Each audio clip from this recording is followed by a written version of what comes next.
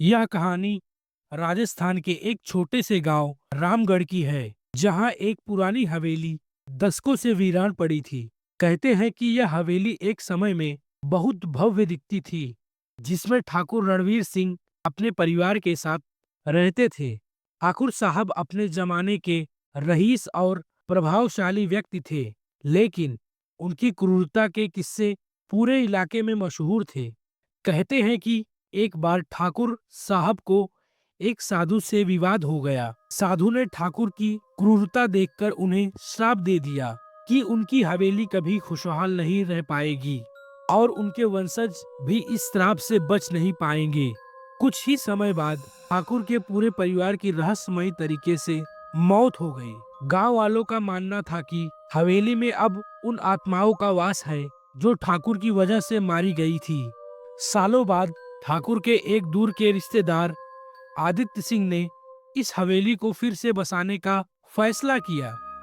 उन्होंने सुनी सुनाई बातों को अफवाह समझा और अपने परिवार के साथ हवेली में आकर रहने लगे। शुरुआत में सब कुछ ठीक रहा, लेकिन जल्द ही अजीब घटनाएं होने लगी। रात में हवेली से किसी के रोने की आवाजें आती, दीवारों पर खून के धब्बे दिखाई देते और कभी-कभी आदित्य के परिवार के सदस्यों को महसूस होता कि कोई उन्हें देख रहा है। सबसे भयावह घटना तब हुई जब आदित्य की बेटी नेहा अचानक हवेली की तीसरी मंजिल से नीचे गिर गई। उसने बताया कि उसने एक सफेद साड़ी में लिपटी महिला को देखा था, जिसने उसे धक्का दिया। इस घटना के बाद आदित्य ने गांव के पुजारी को बुलाया।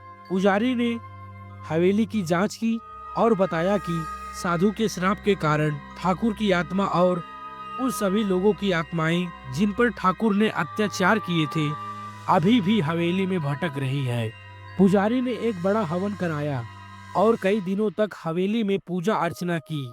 अंततः एक रात गांव वालों ने हवेली से एक दर्दनाक चीख सुनी और फिर सब शांत हो गया। कहा जाता है कि उस रात ठाकुर की आत्मा को मुक्ति मिली और साथ ही उन निर्दोष आत्माओं को भी, जिन्होंने सालों से इस श्राप को झेला था।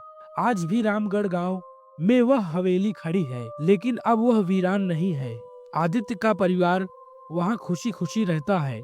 गांव के लोग मानते हैं कि आत्माओं को मुक्ति मिलने के बाद हवेली पर से श्राप हट गया, लेकिन रात के अंधेरे में हवेली की ओर देखने पर गांव वालों को कभी कभी एक सफेद साड़ी में लिपटी महिला की परछाई दिख जाती है, जो उन्हें याद दिलाती है कि कुछ रहस्य कभी पूरी तरह नहीं मिटते। तो दोस्तों, आपको यह कहानी कैसी लगी? अगर अच्छी लगी तो लाइक, शेयर, सब्सक्राइब जरूर कीजिएगा। तो मिलते हैं अगले वीडियो में। धन्यवाद।